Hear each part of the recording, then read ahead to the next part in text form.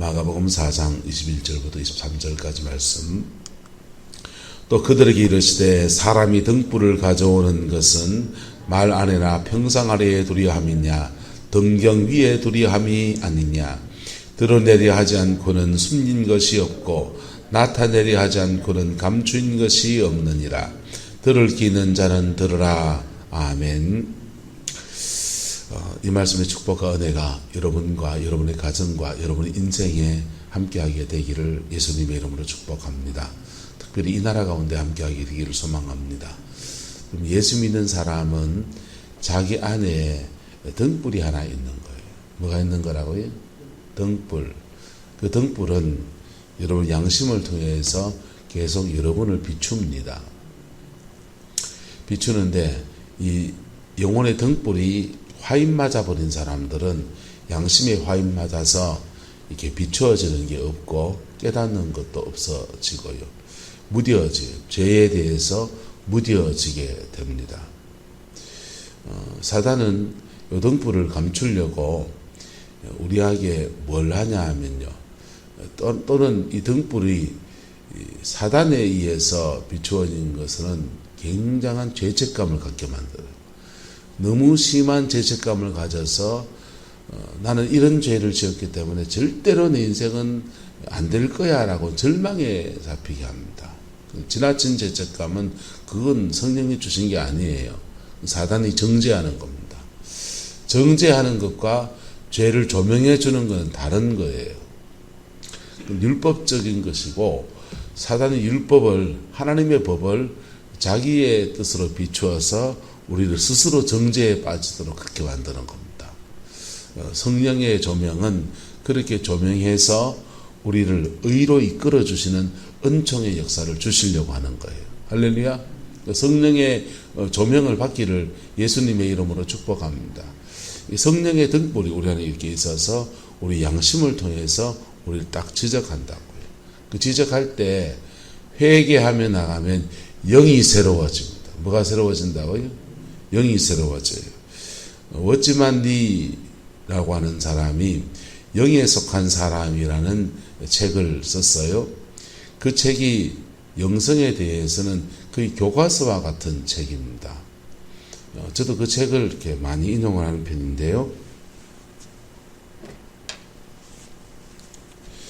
중국의 선교자였던 워치만 니는 영성을 얘기하면서 인간을 얘기하면서 인간을 이렇게 분석을 했습니다. 제가 늘 하는 분석들이 워치만 니의 분석이에요.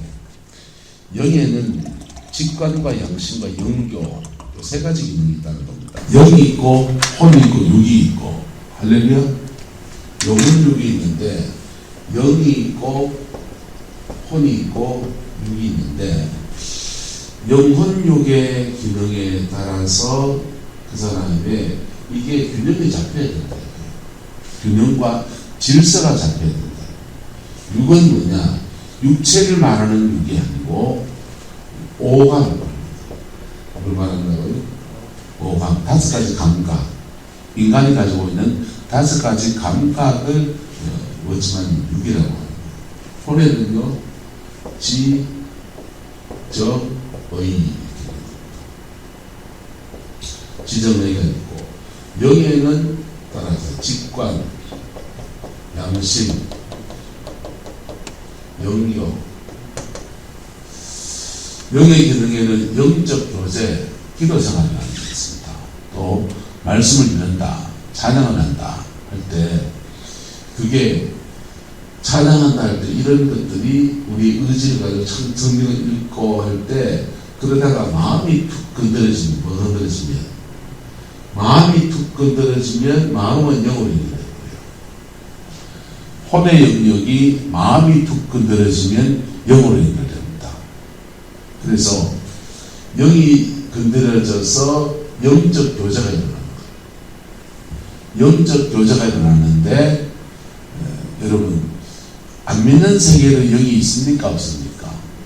있잖아요. 안 믿는 세계의 영은 똑같아요. 마음이 건드려지면서 영으로 들어가는 거예요.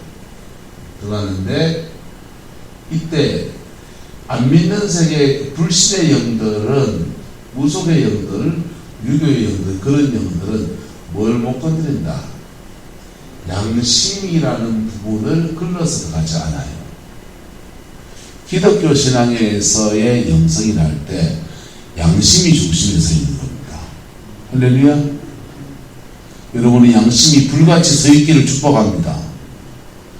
양심에 털나 있는데 기도를 덴마에 마야 한다. 귀신 받습니다. 누구를 되게 미워하는데 한맺혀서 기도하는데 막 밤을 새워서 기도한다. 귀신 받습니다. 그래서 양심 안에서 기도하는 거예요. 할렐루야. 그래서 방언 기도나 무슨 기도나 간에 기도를 많이 하는 게 그런 위험에 빠뜨릴 수 있어요. 그런 분들은 기도를 안 하셔야 됩니다. 기도를 안 하고 그런 분들은 기도를 하지 말고 특히 방언 기도를 하지 말아야 돼요. 방언 기도를 하지 말고 그런 분들은 말로 차근차근 기도해야 됩니다. 말로 차근차근 기도하면서 혼이 먼저 잡혀야 돼요. 인격 구조가 먼저 잡혀야 돼요. 멜로디가 잡히고 그리고 특별히 피 묻은 십자가의 은총 안에서 기도에 깊이 들어가야 돼요. 인간은 다 죄인이에요. 그래서 회개를 통과하지 않고 기도 생활하는 것은 그를 위험하게 합니다. 깨닫기를 축복합니다. 다른 사람한테 기도 많이 해라, 기도 많이 해라 그 말할 때도 주의해야 됩니다. 무조건 기도 많이 한다고 되는 문제가 아니에요. 지혜가 필요합니다. 오히려 피 안에서 기도해야 됩니다. 할렐루야. 그래서 이 양심을 통해서 우리에게 성령과 영적 교제를 할 때 영역이 생겨나고 영감도 생겨나고 그래서 그럴 때 우리의 직관이 선명하게 열리면서 은혜가 충만해지는 거예요. 영적 직관이 열리면 영계로 오감이 열립니다. 뭐가 열린다고요? 육의 오감이 있지만은 영의 오감이 열립니다. 영적인 감각이 열립니다. 그래서 영어로 냄새도 맡고 영의 냄새가 나요. 딱 보면 영적 느낌이 딱 필이 오고 그렇습니다. 그런 것들이 육적인 감각이 있잖아요. 하나님이 주신 거예요. 할렐루야. 눈으로 보는 거, 귀로 듣는 거 다 하나님이 주신 거예요. 그런데 영혼 육의 질서 안에서 이 오감이 사용돼야 돼요. 그렇지 않으면 이 오감이 죄의 통로가 됩니다. 여자분들은 귀로 듣는 것이 죄의 통로가 되고 남자들은 성향상 눈으로 보는 것이 죄의 통로가 됩니다. 그래서 보는 거 듣는 거 하나님께서 여러분을 비추어주고 조명해 주시기를 축복합니다. 성령 안에서 영적인 감각 안에서 그리고 그것으로 우리 혼을 다스리고 혼이 육을 다스려서 건전한 인격으로 하나님 앞에 서는 겁니다. 할렐루야. 그 중심에 뭐냐? 등불. 뭐가 있다고요? 등불. 영혼의 등불이 깨어있기를 예수님의 이름으로 축복합니다. 양심이 살아있는 거예요. 양심이 살아있으면 적어도 내가 이 죄에 뛰어들어야 될지 내 편이다, 내가 지나가 해서 죄 짓는데 뛰어들지 안 될지는 본인이 판단하고 결정합니다. 여러분, 너무 죄 짓는데 끼어들지 마세요. 나도 죄를 안 져야 되지만 엄한 사람 죄 짓는 데 뛰어들어가지고 말방줄방 하다가 같이 이렇게 가지고 그러지 마세요. 말고 하나님이 내게 준 등불 안에서 판단하고 빛으로 살아내기를 예수님 이름으로 축복합니다.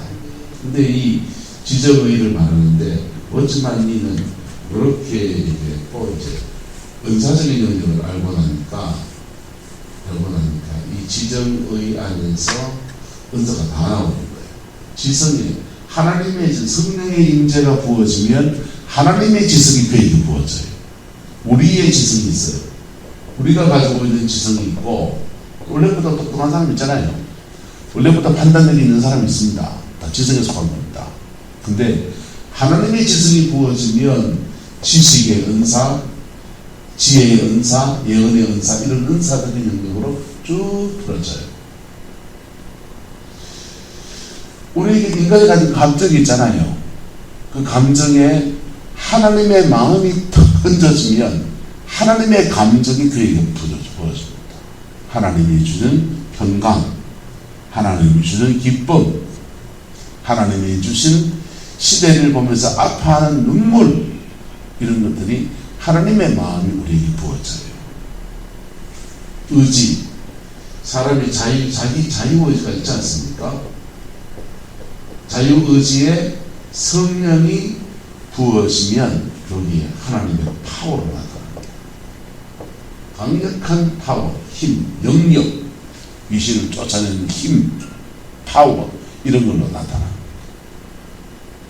더 이제 은사의 세계를 해보니까 성령의 임재는 머리, 가슴, 배 강하게 임하는 데가 성경에 나오는 건 아니고 경험적으로 지성, 감성, 의지, 가슴앓이 하고 마음이 힘든 일이 있으면 욕 아프잖아요.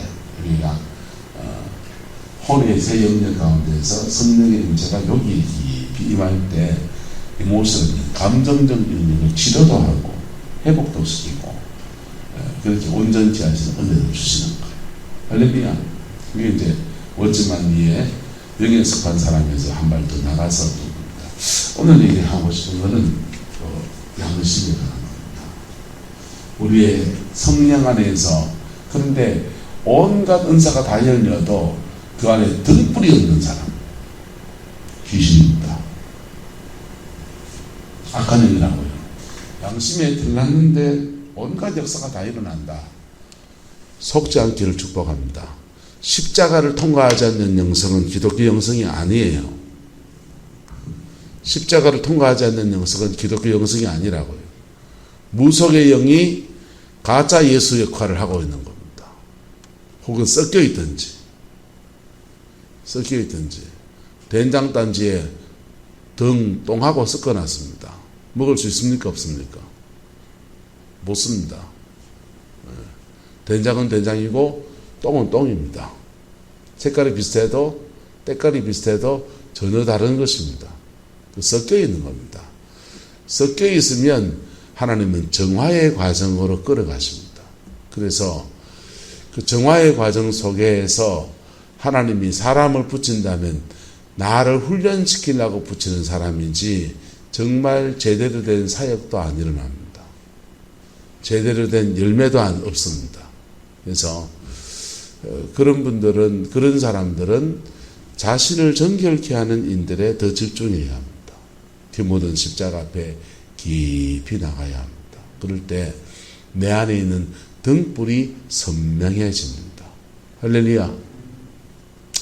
오늘 대통령 선거 날인데요. 저마다 대한민국의 등불이 되겠다고 나섰습니다. 기분 좋기는 1인당 1억을 준다니까 허 선생님이 가장 기분이 좋습니다. 빈발인 따나.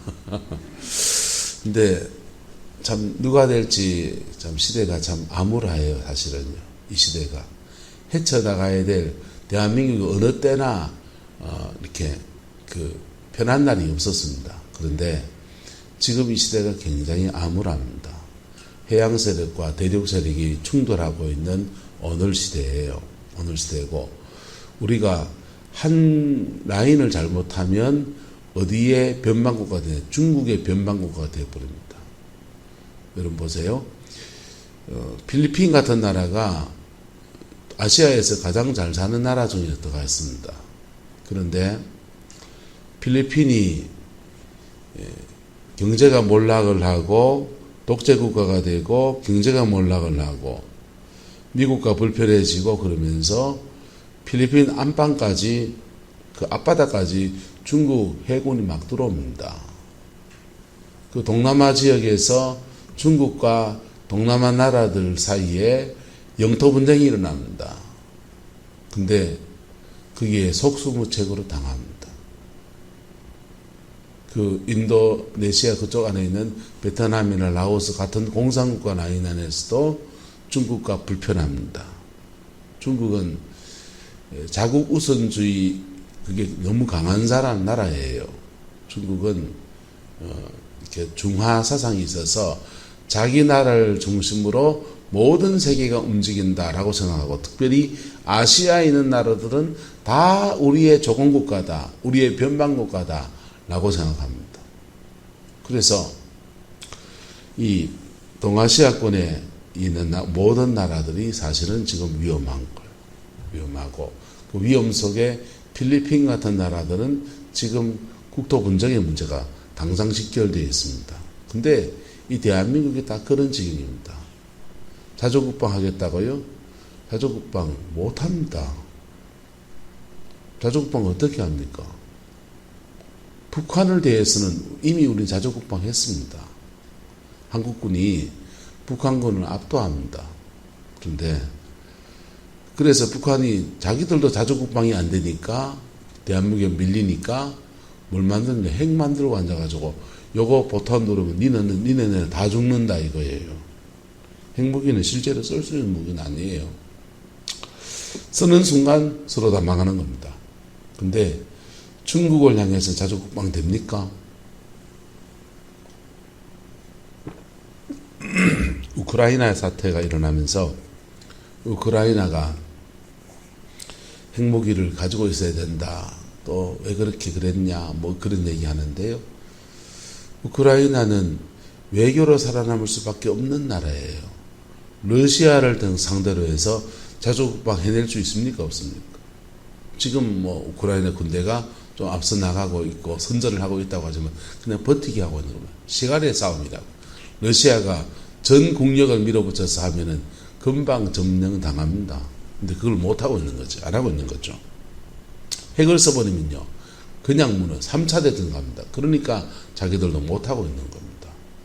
대한민국이 중국과 미국 사이에 선택을 강요당하고 있습니다. 우리는 대통령 선거 앞에서 이 사람이냐, 1번이냐, 2번이냐, 3번이냐, 4번이냐, 6번, 7번, 뭐 13명인가 나왔던데, 그 중에서 내가 마음에 안 들어도 이 중에 누군가를 찍어야 됩니다. 진짜 마음에 안 드는데 누군가 찍어야 됩니다. 선택을, 내가 마음에 안 드는 사람을 선택해야 되는 거예요. 마음에 덜 들어도 선택해야 됩니다. 이런 대선이 있습니까? 근데 사람 마음에 드는 사람 찍어야지. 인물도 잘생기고, 그지요? 사람이 그럴듯하고, 윤리적으로나 정치적으로나, 뭐, 자기의 능력이나 이런 거 봤을 때, 저 사람이면 나라를 잘 이끌겠다, 이래 찍어야 되는데, 이거는 지금, 깜도 안 되는데, 찍어달라, 이거 찍어야 되고, 그 사람밖에 없이 찍어야 되는 선택을 강요당하는데, 여러분, 대통령 선거에서 누구를 찍고 안 찍고는 작은 문제지만은, 나라의 구분을 두고서 미국이냐 중국이냐 선택해야 된다고요. 나중에 되면. 심각한 상황에 가면. 우리가 러시아를 선택할 것인가, 자유세계가 전부 다 우크라이나를 지지하니까 우크라이나를 선택할 것인가. 선택했습니다. 우크라이나를 선택했습니다. 선택했더니 러시아에서 한국에 대한 여러 가지 것들에 불이익을 주겠다고 했습니다. 그래서 당장 현대자동차가 러시아에 수출한 수출 대금을 못 받을 수 있다. 삼성전자가 수출한 거 못 받을 수 있다. 뭐 몇몇 대기업들 그렇게 나오기 시작하더라고요. 선택했을 때에 반대적으로 우리가 받는 불이익은 감수해야 됩니다. 미국을 선택하면 중국이 가만히 있지 않을 겁니다. 그리고 중국이 자기가 할 수 있는 최대한의 수를 떠서 우리를 압박할 겁니다. 우리가 이미 성주에 사드를 설치할 때 경험했잖아요. 중국에서 롯데 골프장 부지를 제공했다 해서 롯데 쇼핑 뭐 이런 것들 다 철수해야 됐습니다. 중국으로부터 상당한 불이익을 받을 겁니다. 만약에 중국을 선택하면 더 심각해집니다. 중국을 선택하면 우리도 러시아가 제재받듯이 달러화로 결제하는 모든 것에 대해서 보이콧 당할 수 있습니다. 보이콧 당할 수 있고, 한국 물건 미국에 들어가는 것들에 대해서 캔슬 당할 수 있고, 미국 기술로 사용되어지는 미국 특허로 사용되어지는 한국의 모든 제품에 대해서 페널티가 떨어질 수 있습니다. 그건 더 심각해집니다. 그래서 이 양당 간에 어느 타이밍에 되면 국제정세라는 게 선택을 강요당한다고. 약소국의 서름이 되는 거죠. 나라가 국력이 강하면요. 국력이 강하면 우리가 선택할 수 있습니다. 때를 따라서 중국 잡았다, 어느 때가 미국 잡았다 할 수 있는데 우리가 국력이 약하면 우리는 둘 중에 어느 편에 붙어야 되나 선택해야 됩니다. 그 시대, 그 시기가 다음 대통령이나 그 다음 대통령 때 올 수 있습니다. 저출산 고령화 문제, 정년 일자리는 점점 더 줄어들게 돼 있습니다. 왜? 기업이 자꾸 해외로 나가니까요. 공장 자동화가 자꾸 되고 기업이 자꾸 해외로 나가니까 한국에 공장을 안 짓는데 일자리가 줄는 게 당연하죠. 그리고 연세 드신 분은 점점 더 늘어나고 그러면 어떻게 되냐? 일본처럼 됩니다. 일본처럼 되는데 산업기지 해외로 기업이 나가버리고 여기는 일자리가 없어지고 뭐 그런 상황 노인들만 남아질 때 일본은 어떻게 살아남았냐? 일본은 벌어놓은 돈 가지고 그 사람들 건면합니다. 일본 사람들. 건면해서 벌어놓은 돈 가지고 해외에다가 투자했습니다. 투자해서 구전받고 사는 거예요. 투자한 회사들에서 해외에 지은 공장들에서 벌어온 돈을 가지고 또는 투자한 돈의 지분을 가지고 그 돈 가지고 국민들한테 노령연금 주고 복지하고 그러는 거예요. 나라의 돈을 그들 내가지고 써가지고는 답이 안 나오는 나라가 우리나라입니다. 수출로 먹고 사는 나라가 공장이 다 떠나면 뭘로 먹고 삽니까? 그때부터는 그럼 공장이 안 떠나는 걸 잡아놓으면 어찌 됩니까? 공장이 떠나는 걸 잡아놓으면요. 잡아놓으면 임금 높겠다. 예. 수출 규제 있겠다. 그러면은 수출을 못합니다. 가격 형성이 안 맞아서. 중국 공장에 비해서 가격도 안 맞고 기술도 안 맞으면 수출을 못해요. 수출을 못하면 공장 망합니다. 더 큰 문제가 생기는 거예요. 기업들 해외로 나가기 허락해야 됩니다. 허락하고 우리는 뭐 해야 되냐? 돈을 투자해야 돼요. 뭐 해야 된다고요? 돈을 투자해서 돈이 들어오도록, 기업은 나가도 돈은 한국에 오도록 해야 됩니다. 그러니까 그 돈 가지고 요식 장로는 노령연금 주고 원목사 늙으면 노령연금 주고 복지해야 되죠. 전 세계가 산업규제 계속 이동해 영국에서 미국으로, 미국에서 일본으로, 일본에서 한국으로, 한국에서 중국으로, 중국에서 베트남으로 계속 저임금 찾아서 이동합니다. 기업의 생립니다. 그걸 막아버리면 기업이 망하고 더 큰 문제가 생겨요. 못 나가게 하는 게 능사가 아니라고요. 나가는 건 나가야 됩니다. 잡아놓을 건 잡아놔야 되고. 근데 나갈 건 나가더라도 돈이 들어오도록 해야 됩니다.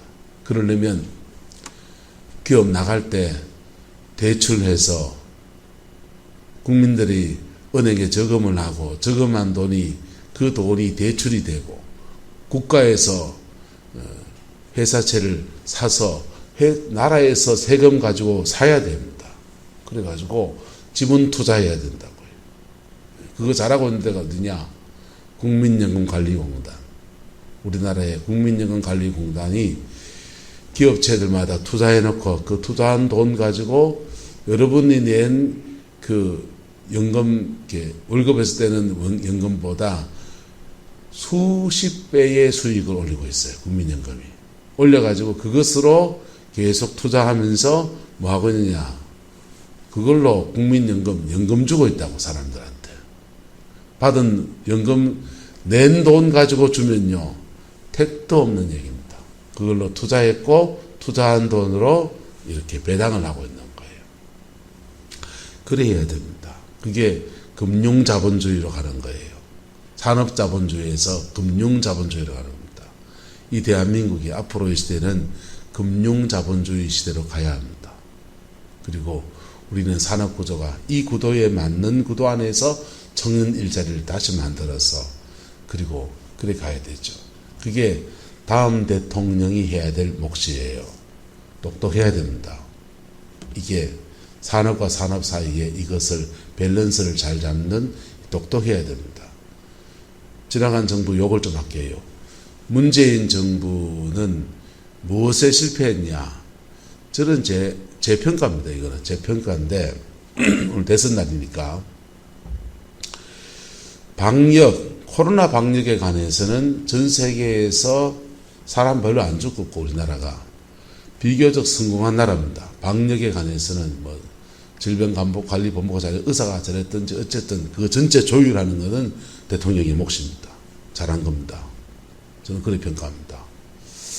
그런데 군대 말로 이런 말이 있습니다. 전투에 실패한 지휘관은 용서를 받을 수 있어도 배식에 실패한 지사병은 용서가 없다. 이랬습니다. 전 지사병을 했기 때문에 밥하면서 맨날 그거 했습니다.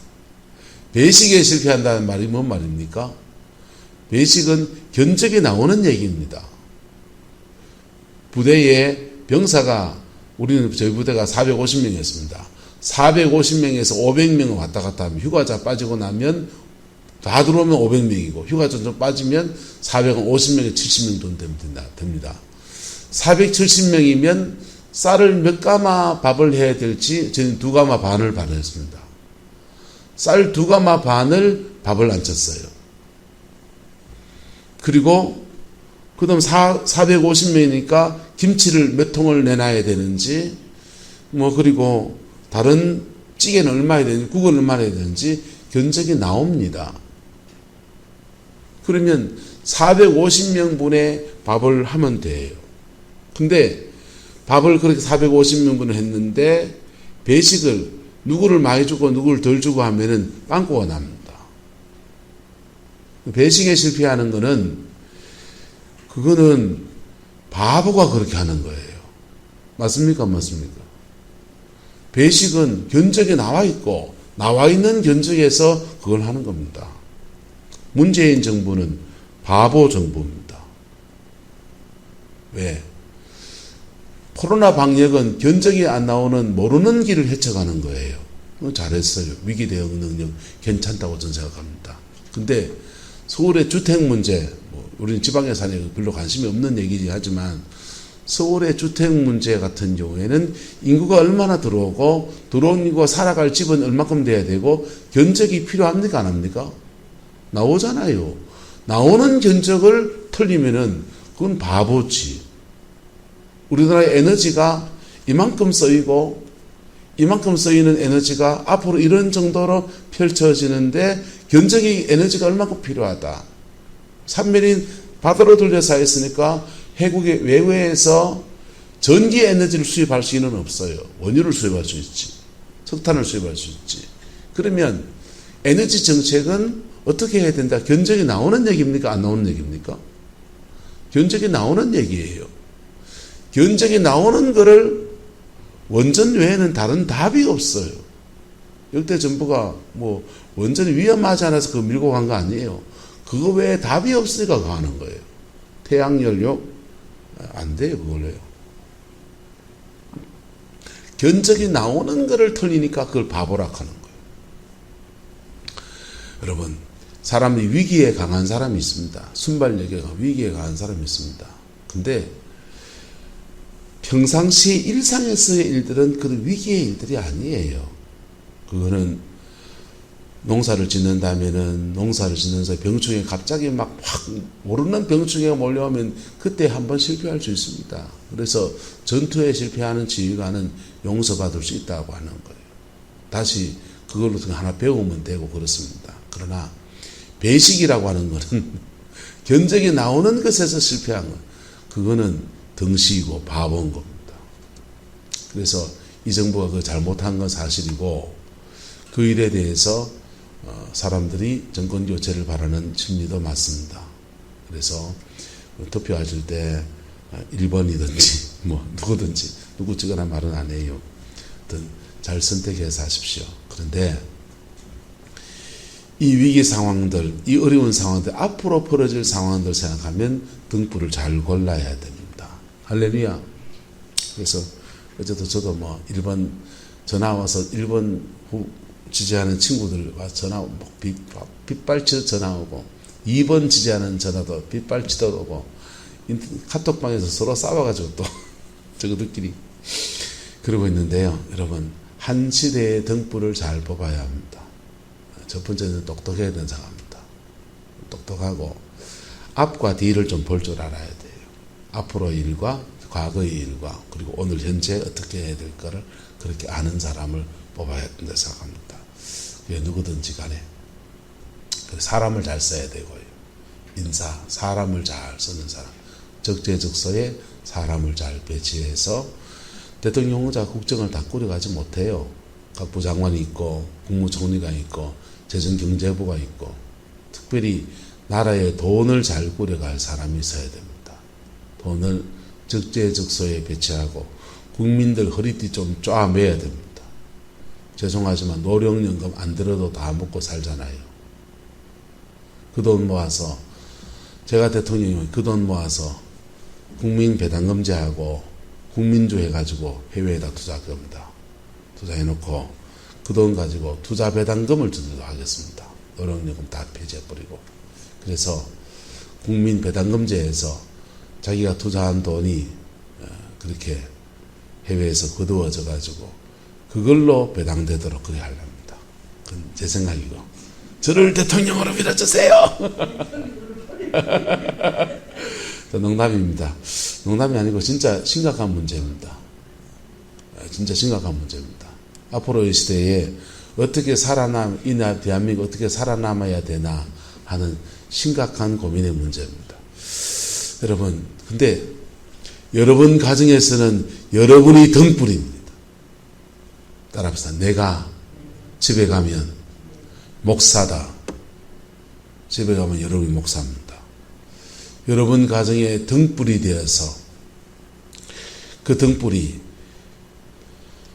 말 안에나 평상 아래 있지 아니하고 등경 위에 두리함이 아니냐 그랬어요. 여러분, 신앙 안에서 말 안에나 평상 아래에 있어야 될 때는 소금처럼 쓰임 받을 때 그래 있어야 됩니다. 할렐루야. 하나님은 저와 여러분을 빛으로 소금으로 부르셨습니다. 소금으로 부른 사람은요, 자신의 존재를 드러내지 않습니다. 소금으로 부름받은 사람은 말 아래나 평상 아래에 있으면서 가만히 있으면서 중보기도 하고 그리고 하나님 앞에 그 문제 놓고 깊이 나가는 사람들입니다. 그거는 드러나지 않습니다. 음악들에 기도한다고 뭐가 되나 했다는 거 안 보입니다. 근데 시간이 지나보면 기도한 대로 다 되어 있습니다. 할렐루야. 그래서 여러분이 만약에 부르심이 어떤 때는 말 안에나 평상 아래에 낮은 데 있으면서 가정을 위해서 기도할 때는요, 이 새벽 기도할 때는요, 여러분 소금처럼 서기를 축복합니다.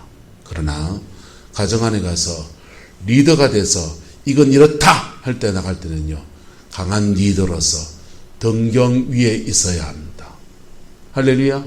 근데 여기서 기도 안 하고 내가 준비가 안 돼 있는데 이렇다 얼마나 잘하세요 합니다. 네. 여러분, 우리는 신앙 안에서요, 말 아래나 평상 아래에 있어야 될 때가 있습니다. 그때는 소금처럼 서는 겁니다. 그때 언제냐? 목사로 말하면 굉장히 고통스럽긴 하지만 말이 씨가 안 먹힐 때요. 설교 말씀을 하는데 그 설교 안에 아무도 안 듣고 앉아 있습니다.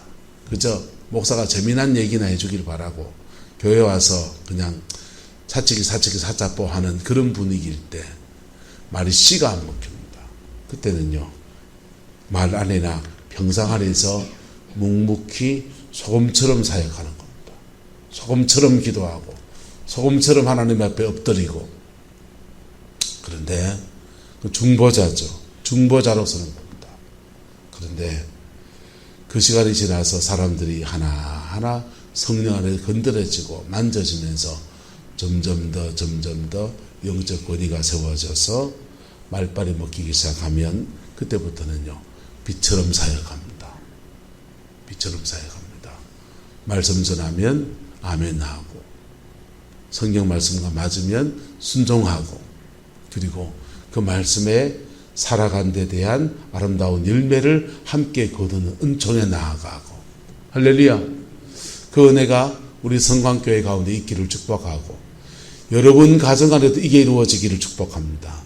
말 아래에 있어야 될 때와 등경 위에 올라갈 때를 여러분 스스로 구분하십시오. 내가 지금 이 교회를 위해서 기도해야 될 때다, 자녀를 위해서 지금 엎드릴 때다 할 때는 말 아래에 내려가십시오. 그리고 어느 시간 돼서 어느 때에 아이들에게 빛으로 서야 될 때 한 때는 빛처럼 일어나십시오. 그래서 요 두 가지가 조화를 이룰 때, 빛으로 소금으로 그렇게 설 때 여러분 가정의 빛이 되고, 목사로 말하면 교회의 등불이 되어서 한 교회를 밝힙니다. 근데 문제는 내 안에 등불이 있어야 돼요. 뭐가 있어야 된다고요? 내 안에 등불이 있어야 합니다. 내 안에 양심이 화인 맞아서 지정의가 다 무너져 있고 사단의 막 터에 막 서 있는데, 근데 그런데도 남 지적질하는 사람은요, 그 사람은요 복장부터 지부터 고쳐야 됩니다. 내부터 고쳐야 됩니다.